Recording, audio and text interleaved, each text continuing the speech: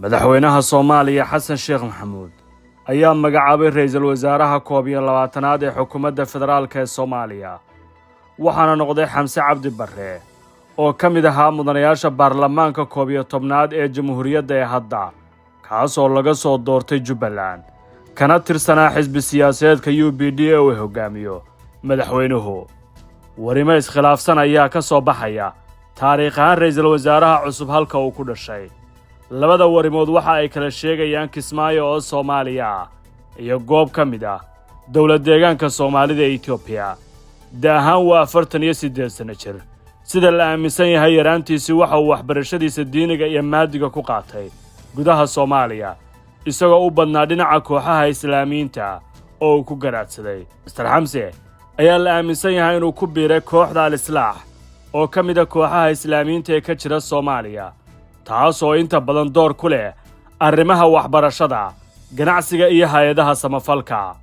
wuxuu xubin firfircoon ka noqday kooxdaas markii ay gudaha kooxdaas dirirtayna mid ka mid ah garabyada ayuu sii raacay ilaa tareenka siyaasadda uu soo galay bilowgii hayaankiisii waxbarashada ee dibadda waxa uu ku aaday Yemen halkaas oo uu ku bartay maamulka iyo maaraynta si la mid ah jaalkiisa siyaasadeed iyo kooxdiisa diimeed waana jaamacadda inta badan ay ka yimaadeen xirtiisu heerka labaadna waxa uu ku tagay Malaysia oo isla maamulka iyo maaraynta ku diyaariyay heerka labaad ee waxbarashada inta aan ogaanay waxa uu haystaa laba jinsiyadood oo kala Soomaali iyo mid ka mid ah dalalka jaarka waana aabba leh 8 carruur ah kaymaanshihiisii daraf ka mid ah kooxaha Islaamiyiinta oo maamulo waxbarashada ayaa u horseeday inuu door ku yeesho dalladihii waxbarashada ee ka jiray koonfurta iyo bartamaha Soomaaliya xilliyadii ay maamulayeen hogaamiye kooxeedyada iyo midowgii maxkamadaha saaxiibadiisii waxbarashada kolkii ay u diga rogteen siyaasadda gaar ahaan 2011 asaaskii kooxdii PDP ee uu hogaaminaya madaxweyne Xasan Sheekh wuxuu noqday xogayaha urur siyaasadeedkaas oo mar kale u sii diga rogtay UPD imaanshihii kooxdaas ee xukunka 2012 isagu ma helin jaga sarreysa oo dhaafsiisan la taliyo wasaaradeed sida saaxiibadiisii kooxda oo helay xilal sare madaale oo ka mid ah ragga ay aadka isugu dhow yihiin soona noqday duqa Muqdisho ayuu mar kale la taliyo u noqday 2014 waa hogaamiyihii ama maskaxdii ka dambeysay farsamadii dib u doorashada Axmed Madoobe ee sanadkii 2019 waana aragtida curisay in beel kasta oo xildhibaano kule baarlamaanka Jubbaland ay soo qorto 3 xubnood oo mid lagala baxo iyadoo aan la aqoonin ilaa maanta hannaanka shuruudeed ee lagu xulayay taasoo la aaminsan yahay inuu ku helay kursiga xildhibaannimo ee uu hadda ka tirsanaa ee golaha shacabka madaxweyne Xasan Sheekh doorkan waqti badan kama qaadan go'aanka gaaridda Xamse inuu magacaabo ayay leeyihiin qaar ka mid ah madaxweynta kooxda madaxweynuhu sababtu waa Xamse Barre oo ah qof oo aad ugu kalsoon yahay Xasan Sheekh una arka mid ka mid ah xubnaha ay sida fudud isaga hor imaan karin saaxiibtinimada gaamurtay ee muddada dheer una dhaxaysay Xasan iyo Xamse ayaa loogu yeeraa laba qof oo si durugsan isku yaqaan dhinacyada siyaasadda maadaama ay wada shaqeeyeen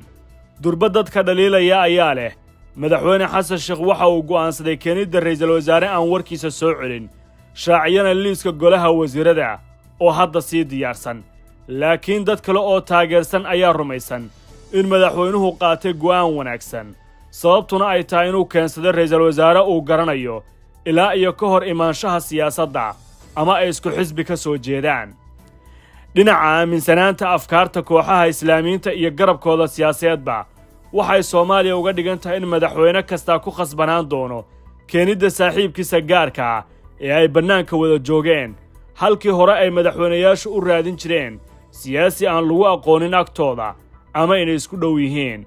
dhinac kale marka loo dhigo waa markii koowaad ee madaxweynaha iyo ra'iisul wasaaruhu dalku ay isku hal koox siyaasadeed iyo mid aragti diimeedba ay ka wada yimaadaan taasoo ka dhigan inay tahay tallaabo hadda cusub maraysana tijaabadii koowaad ma guulaysan doontaa mise waa lagu khasaari doonaa waa su'aal aan jawaabteeda hadda la saadaalin doonin shakhsiyad ahaan ra'iisul wasaaraha cusub dadka yaqaana waxay ku sifeeyeen qof aan isbeddelin aragtidiisa siyaasadeed ballanta ku adag aan kala harin mana jeclo kara aragtiduwanaanshaha ayay qabaan saaxiibadiisa yaqaana madaxweynuhu markan waxa uu qaaday tallaabo kale oo la mid ah tii farmaajo qaaday Febraayo 2017 markii uu ra'iisul wasaare u magacaabay Xasan Cali Khayre xilli laga sugayay in goofka Muqdisho uu ka keeno ama koonfurta gaalkacyo kalkan xasan waxa uu u wareejiyay Jubbaland halka la sugayay inuu geeyo Puntland way fafaalo muujinaya isbeddello siyaasadeed oo aan horey aragti badan dhinacyadu uga haysan sida la rumaysan yahay imaanshaha ama magacaabidda Xamse Cabdi Barre waxa ka dhashay dakharo siyaasadeed waxaana meesha ka baxay ballamo siyaasadeed oo la galay dharaarihii 15 May goortii doorashada balse sida uu saxo ayaa isaga hortaalla iyadoo ay u dheer tahay xujada ka qabsan doonta deegaanka iyo beesha uu saami qaybsigeedaba ku yimid ma jeceshahay inaad barato quraanka kariimka ah iyo culumta shariicada ugu kaalay markaska Nuurayn online oo baro adigoo gurigaaga jooga quraanka higaada iyo culumta kale islaamka wixii faahfaahin kala xiriir nambarada shaashada kaaga muuqda